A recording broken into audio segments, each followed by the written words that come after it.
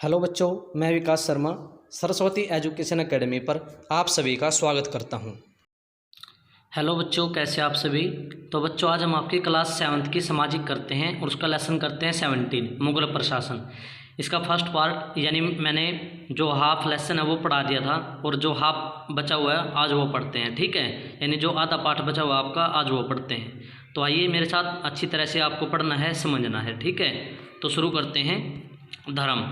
ठीक है, तो मुगल प्रशासन में जो धर्म है उसके बारे में जो जानकारी दी गई है उसको पढ़ते हैं। मुगल दरबार में दो प्रकार के ओहदेदार व दरबारी थे, एक तो कट्टरवादी और उदारवादी। ठीक है, कट्टरवादी लोग चाहते थे कि कुरान के नियमों के अनुसार शासन किया जाए, जो कुरान में बातें लिखी हुई हैं, तथा भारत को एक इस्लामिक देश में परिवर्तित कर दिया जाए। ठीक है, कि सभी इस्लाम धर्म को कबूल कर लें, सभी मुस्लिम बन जाए।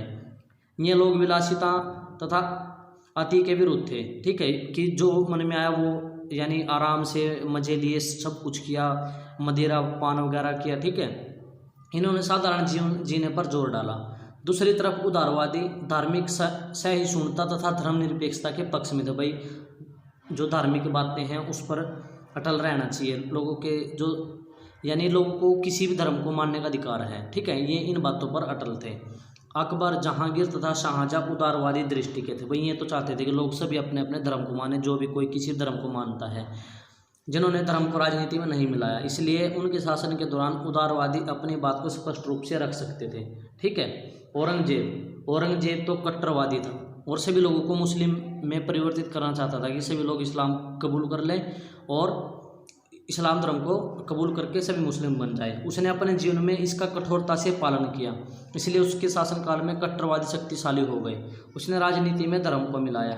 यही कारण था कि उसकी समस्याएं कभी खत्म नहीं हुई, क्योंकि उसने संपूर्ण जीवन एक के बाद एक विद्रोह को समाप्त करने में बिताया। ठीक है, क्योंकि ज़्यादा से ज़्यादा इसके दुश्मन बढ़ेंगे, फिर तो इसको युद्ध तो झेलने पड़ेंगे, सभी के साथ युद्ध लड़ने पड़ेंगे अगर कोई किसी के साथ दुश्मनी मोल लेता बिना बात। विद्रोह उत्तराधिकारी के लिए युद्ध तथा सैन्य अभियान। सभी मुगल सम्राटों को समय समय पर विद्रोह का सामना करना पड़ा। विद्रोह के मुख्य कारण सत्ताधारियों में असंतुष्टि, सत्ताधारियों को दुर्बल होना या स्वतंत्र राज्य की स्थापना की इच्छा थी। भैया हम तो किसी गुलाम नहीं रहेंगे, अपना राज्य स्वतंत्र होना चाहिए, किसी के हाथ में होना चाहिए।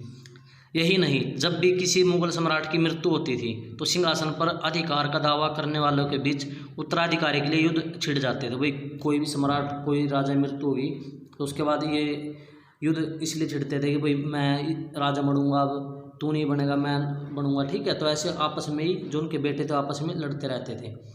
शाहजहां के शासन के अंत में यह स्थिति तब अपने चरम तक पहुंची जब उसके जीवित होते हुए भी उत्तराधिकारी के लिए उसके पुत्रों के मध्य युद्ध छिड़ गया। यानी शाहजहां जीवित था, लेकिन उसके जीवित रहते रहते भी उसके बेटे ये कहने लगे कि मैं पिताजी के मरने के बाद मैं गद्दी पर बैठूंगा, मैं बैठूंगा। तो ऐसे आपस में उसके बेटे लड़ते रहे।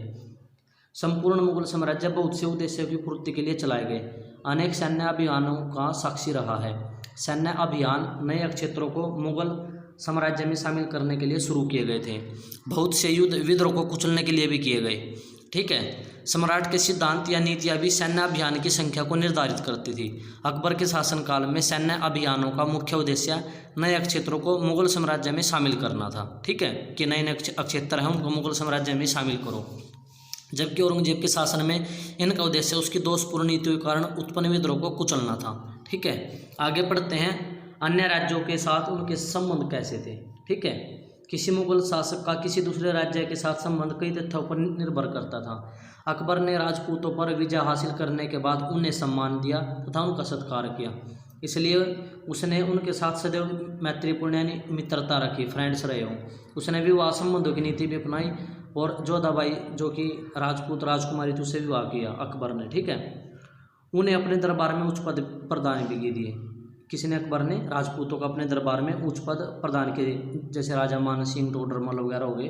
हालांकि उसने उन राजाओं के साथ युद्ध जारी रखे, क्योंकि वो तो ये भी चाहता था कि उनकी सारी ज़मीनें, सारा क्षेत्र मेरे अधिकार में आ जाए, जिन्होंने उसकी सत्ता स्वीकार नहीं की। यह चलन जहांगीर व शाहजहां के समय भी जारी रहा, किंतु औरंगजेब की कट्टरवादिता के कारण उसने इन संबंधों को समाप्त कर दिया। उसने मराठा शासक और शिवाजी को पराजित करने के साथ साथ उन्हें अपमानित भी किया, जिस कारण मराठों के साथ उसके संबंध खराब हो गए। उसकी यह समस्या उसके संपूर्ण जीवन काल में भी समाप्त नहीं हुई, क्योंकि उसका संपूर्ण समय एक के बाद एक विद्रोह को कुचलने में निकल गया। औरंगजेब के बारे में जानते हैं कुछ। औरंगजेब मुगलों और मराठों के मध्य के संबंध जो उनकी बात बिगड़ गई, इसका जिम्मेदार औरंगजेब था, क्योंकि ये कट्टरवादी था। प्रकरण अध्ययन अकबर के बारे में पढ़ते हैं। ये अकबर जी रहे। अकबर ने अपनी जीवनी अकबरनामा लिखवाई, जो हमें अकबर के शासन और उसकी नीतियों के बारे में बताते हैं कि वो जो उस टाइम शासन करता था, कैसा वो राजा था, ठीक है, कैसी उसकी नीतियाँ थी, कैसे उसके कानून थे, अन्य शासकों के साथ संबंध। अकबर ने नए राज्यों को अपने साम्राज्य में शामिल करने के लिए सैन्य अभियान चलाया, यानी सैनिक अभियान। लेकिन राज्यों को अपने साम्राज्य में मिलाने का यह एकमात्र तरीका था कि नए नए राज्यों को अपने साम्राज्य में मिला लिया जाए, ठीक है। उसने उन शासकों की ओर मित्रता का हाथ भी बढ़ाया जो उसकी सत्ता स्वीकार करने के लिए तैयार थे। वह उनके आंतरिक मामलों में हस्तक्षेप नहीं करता था, भाई जो जैसे कर रहा है, लेकिन अकबर बीच में नहीं बढ़ता था उनके।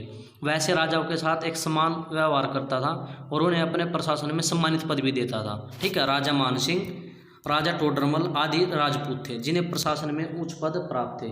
ये किसने दिए थे उच्च पद? अकबर ने दिए थे। इतना ही नहीं, उसने राजपूतों के साथ विवाह संबंध भी स्थापित किए। उसने स्वयं अम्बेर के एक राजपूत शासक की पुत्री जोधाबाई से विवाह किया, ठीक है। तो किसकी शासिका थी ये? अम्बेर के एक राजपूत शासक की पुत्री थी ये जोधाबाई, इससे विवाह किया अकबर ने। लेकिन वह ऐसे शासकों के विरुद्ध सैन्य अभियान चलाने से कभी संकोच नहीं करता था, जो उसकी सत्ता को स्वीकार करने से इनकार कर देते थे। उसने 1576 ईस्वी में राणा प्रताप से युद्ध भी किया था। अकबर ने गुजरात, बंगाल, कश्मीर, सिंध, उड़ीसा, मध्य भारत तथा कंधार, जिसको आज हम अफगानिस्तान के नाम से जानते हैं, इसको भी अपने साम्राज्य में शामिल करने के लिए सैन्य अभियान यानी सैनिक इकट्ठे किए। उनको अस्त्र शस्त्र सभी तरह से सिखाए गए, ठीक है, कि कैसे शस्त्र चलाने हैं। दक्कन में उसने खानदेश, बरार तथा अहमदनगर पर विजय हासिल की। उसी समय उसने मध्य एशिया, पारस तथा बहुत से राजपूत शासकों के साथ मैत्री संबंध भी स्थापित किए। धर्म। अकबर एक बुद्धिमान शासक था। वह उदारवादी दृष्टि का था, ठीक है। वह जानता था कि उसकी प्रजा में हिंदुओं की संख्या अधिक है, ठीक है। इसलिए उसने सहिष्णुता तथा शांतिपूर्ण सहअस्तित्व की नीति अपनाई, ठीक है। लोगों को दिलों को ठेस नहीं पहुंचाई, धार्मिक नीति अपनाई, भाई कोई किसी भी अपने धर्म को मान सकता है। उसने सभी धर्म के लोगों के साथ सम्मान व्यवहार किया, उनकी योग्यता के अनुसार उनको महत्व दिया।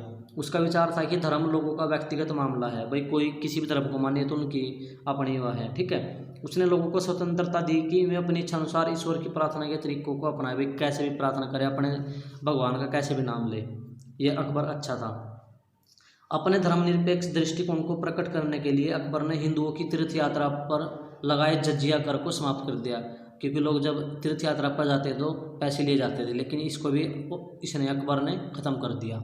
उसने युद्ध में बनाए गए बंदी लोगों को इस्लाम अपनाने की बाध्यता में मुक्त कर दिया कि भाई तुम जिस तरह से पकड़े गए थे कि इस्लाम को कबूल करो, नहीं तो तुम बंदी बने रहोगे, यानी जेल में रहोगे, तो इन लोगों को भी मुक्त कर दिया। वह हिंदू त्योहारों में भी भाग लेता था। औरंगजेब इतना अच्छा था कि हिंदुओं के साथ भी अच्छी तरह से घुल मिलता था तथा उन्हें अपने महल में उत्सव मनाने की अनुमति देता था, परमिशन देता, भाई तुम मेरे महल में भी कोई भी त्यौहार मना सकते हो। उसने अपने हिंदू रानियों को संपूर्ण धार्मिक स्वतंत्रता दी थी, भाई तुम भी जैसा चाहो ऐसा कर सकती हो। उसने हिंदुओं के पवित्र लेखों का पारसी में अनुवाद करवाया ताकि उसके विचार लोगों तक पहुँचे। वह मंदिर के निर्माण में हस्तक्षेप नहीं करता था, भाई कोई मंदिर वगैरह भी बनाते थे हिंदू तो ये मना नहीं करता था, भाई तुम मंदिर बना सकते हो, बल्कि उन्हें दान भी देता था जितना भी हो सकता था इससे, ठीक है। ये देखो फतेहपुर सीकरी में इबादत खाना बनाया गया था। यहाँ लोग जो अकबर वगैरह थे ये क्या करते, इबादत करते थे अपने अल्लाह की, ठीक है। इबादत करना मतलब भगवान का नाम लेना, ठीक है। कहाँ बनाए? फतेहपुर सीकरी में, ठीक है। क्या बनाया फतेहपुर सीकरी में? इबादत खाना, भगवान का नाम जहाँ लिया जाता था, ठीक है। अकबर के धर्मनिरपेक्ष दृष्टिकोण ने उसकी विभिन्न धर्मों के प्रति रुचि बढ़ाई। उसने फतेहपुर सीकरी में इबादत खाना बनवाया।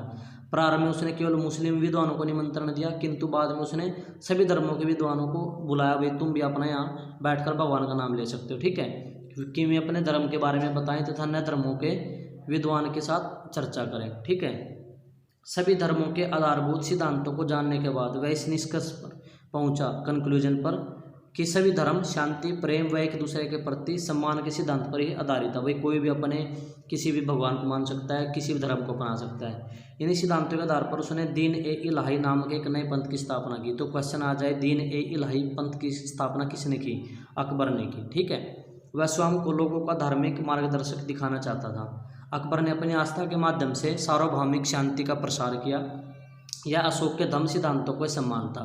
उसने कभी किसी को अपने धर्म को अपनाने के लिए बाध्य नहीं किया। राजा बिरबल भी उसकी इस आस्था में शामिल हुए, लेकिन राजा मान सिंह जो कि राजपूत थे ने खुले रूप से इसे अस्वीकार किया। दीन ए इलाही धर्म से एक आचार नियमावली था। दीन ए इलाही के अनुयायी जो शिष्य थे अकबर के समय में भी अधिक नहीं थे, और उसकी मृत्यु का पश्चात तो यह धूमिल हो गया, यानी बिल्कुल खत्म हो गया था। कला व वास्तुकला। अकबर ने कला व चित्रकला का संरक्षण किया। उसने कारखानों की स्थापना करवाई जहां भारतीय तथा विदेशी कलाकार चित्रकार एक साथ कार्य करते थे, जिससे एक नए प्रकार की संगत सामने आई। मिनिएचर यानी छोटे छोटे चित्रकला को भी नए आयाम मिले, क्योंकि अकबर के शासनकाल में नए पुस्तकों की रचना की गई। चित्रकला का मुख्य विषय शाही दरबार के दृश्य, युद्ध तथा वन्य जीवन थे। ठीक है, अकबर ने आगरा के निकट फतेहपुर सीकरी को अपनी राजधानी बनाया। तो क्वेश्चन आ जाए कि आगरा के निकट फतेहपुर सीकरी को किसने अपनी राजधानी बनाया? अकबर ने। यहाँ लाल पत्थर की बहुत सी सुंदर इमारतें, ये आप जो देख रहे हो लाल पत्थर की इमारतें नहीं, पंचमहल बोलते हैं इसको। 1 2 3 4 5 देखो है ना, तो इसको बोला जाता है पंचमहल। जैसे बुलंद दरवाज़ा, पंचमहल, जोधाबाई का महल, दीवान एक खास आदि है जो औरंगजेब अकबर ने बनवाई थी। उसने अन्य स्थानों पर भी इमारतों का निर्माण करवाया, जैसे दिल्ली में हुमायूं का मकबरा बनवाया, आगरा में लाल किला, ठीक है, इलाहाबाद में एक किला आदि। ठीक है, तो आगे बढ़ते हैं। उसके समय वास्तुकला की मुख्य विशेषता पारसी व भारतीय शैलियों की संगत थी। इमारतें एक ऊंचे स्थान पर चारों ओर से बगीचे से घिरी हुई बनाई गई थी। इस संगत का प्रभाव मंदिर निर्माण जैसे वृंदावन का गोविंद देव मंदिर में भी देखा जा सकता है। इसी तरह के बने हुए वहाँ भी ऊंचे स्थान पर चारों ओर से बगीचों से घिरी हुई एक दीवार है। ठीक है, उस दीवार के चारों तरफ बगीचे बगीचे हैं। ठीक है, साहित्य तथा संगीत के बारे में पढ़ते हैं। अकबर का स्वयं का एक पुस्तकालय था, लाइब्रेरी थी उसकी। उसके दरबार में 2 महान विद्वान थे, अबुल फजल तथा फैजी। अगर क्वेश्चन आ जाए अबुल फजल तथा फैजी महान विद्वान किसके दरबार में काम करते थे? अकबर के। अबुल फजल ने अकबर की जीवनी अकबरनामा की रचना की। तो क्वेश्चन आ जाए अकबरनामा किसने लिखी? अबुल फजल ने। ठीक है, और किसके बारे में लिखी? अकबर के बारे में। उसने रामायण व महाभारत का भी फारसी में अनुवाद करवाया। उसके शासनकाल के कुछ प्रसिद्ध कवि वल्लभाचार्य, केशवदास, रहीम, तुलसीदास तथा सूरदास। अगर क्वेश्चन आ जाए कि अकबर के शासनकाल के प्रसिद्ध कवि कौन कौन से थे, तो वल्लभाचार्य, केशवदास, रहीम, तुलसीदास तथा सूरदास। ठीक है, इन महान कवियों के कार्य आज भी हमें मंत्रमुग्ध कर रहे हैं। तानसेन जो कि संगीत का महान संगीतकार थे, तानसेन अकबर के दरबारी तथा एक महान संगीतकार थे। तो क्वेश्चन आ जाए तानसेन जो संगीतकार थे वो किसके दरबार में थे? अकबर के। इन्होंने पारसी भारतीय शैली को आपस में जोड़ा और नए राग बनाए, जिनमें से मुख्य राग दरबारी तथा राग दीपक हैं। राग, ठीक है, जो संगीत से स्वर निकलते हैं उनको राग बोलते हैं, दिन के विभिन्न समयों में गाए जाते थे। उपरोक्त चर्चा से हम इस निष्कर्ष पर पहुंचते हैं कि अकबर एक महान राजा था जिसने न्यायपूर्ण शासन किया। इतिहास में उसका स्थान प्राचीन काल के महान सम्राट अशोक के समान है, इसलिए हम अकबर को अकबर महान कह सकते हैं। ठीक है, ज्ञान कोश पढ़ते हैं कुछ अकबर के बारे में ही। ऐसा कहा जाता है कि जब तानसेन राग दीपक गाते थे तो दिए अपने आप से जल जाते थे, यानी इतना अच्छा गाते थे तानसेन, ये अच्छे संगीतकार थे। तो ये किसके दरबार में थे संगीतकार? अकबर के। ठीक है, अब हम पढ़ते हैं कुछ जानकारियाँ। शब्द भंडार जिनसे हमें नॉलेज मिलेगी। दीवान एक खास क्या होता है? जो वर्ड आए हैं, विशेष कक्ष जहाँ राजा अपने अधिकारियों व अहदेदारों से मिलता था। दीवाने आम जहाँ से आम लोगों से मिलता था। सार्वजनिक कक्ष जहाँ राजा आम लोगों से मिलता था। जागीर क्या है? भूमि अनुदान जो किसी अधिकारों या अहदेदारों को कर, संग्रह व सेना संरक्षण के उद्देश्य से दिया जाता था। मनसबदारी क्या है? मुगल शासनकाल के दौरान की जाने वाली श्रेणी व्यवस्था जिसमें प्रत्येक अधिकारी को वेतन पर सैनिक घुड़सवारों की विशेष संख्या का रख रखाव करना होता था। भाई इसको वेतन दिया जाता था, भाई तो जो सैनिकों के घोड़े हैं उनकी अच्छी तरह से देखभाल करो। ठीक है, यानी उन पर निशान वगैरह लगाओ, भाई कोई हमारे घोड़े वगैरह नहीं अपनी सेना में रख ले, तो ऐसे काम दिया जाता था। ठीक है, तो यहाँ आपके अभ्यास के कुछ प्रश्न हैं। ठीक है, तो वीडियो पॉज करके इनको भी देख लेना, ठीक है। ये आपके लिए लगाया है मैंने, ये रहे आपके सारे प्रश्न, ठीक है। तो अगर आपके पास बुक नहीं है तो आप इनमें से देख सकते हो, ठीक है बच्चों। तो ये आपके फर्स्ट और सेकंड पार्ट आज कंप्लीट हो गया है। इस लेसन को अच्छी तरह से देख लेना, ये आपके एग्जाम के लिए मोस्ट इम्पोर्टेंट है, ठीक है।